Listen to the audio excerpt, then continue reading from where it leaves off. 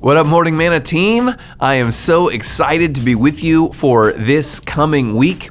I've been reading through my Bible. I know, shock, I read through the Bible. But earlier this year, as I was reading through along our Bible reading plan, I just started to think about the gap. And specifically the gap in Abraham's life, the gap from the promise of God until he saw in his own mind that promise fulfilled.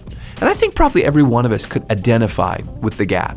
We've got this idea that God wants something for us, more for our marriage, something with our kids, something with our destiny, our sense of calling.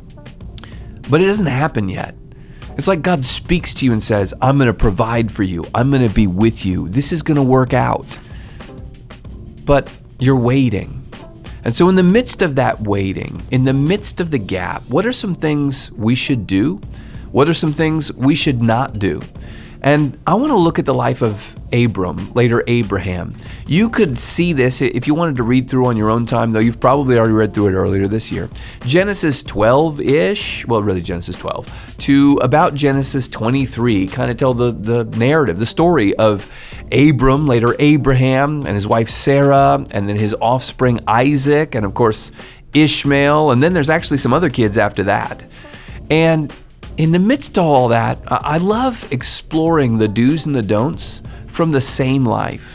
Sometimes when we look at the Bible, it's all a win. This guy did everything right. And so you've got 6 positive ideas from a narrative of how he walked with God. Abraham doesn't do it all right, and he doesn't do it all wrong. And that's probably true of you, and that's probably true of me. And so I love that we can see 3 do's and then 3 don'ts of living in the gap, the difference between when God gives the promise and we see the promise fulfilled. Here's the first do. Regardless of whether or not you've seen it yet, and God speaks, okay, here's what's going to happen. There's a place for you. There's a promise for you.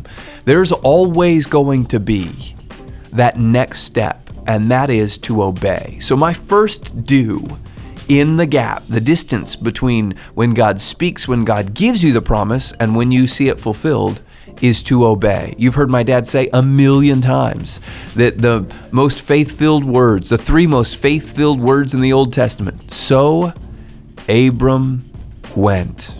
Abram obeyed God.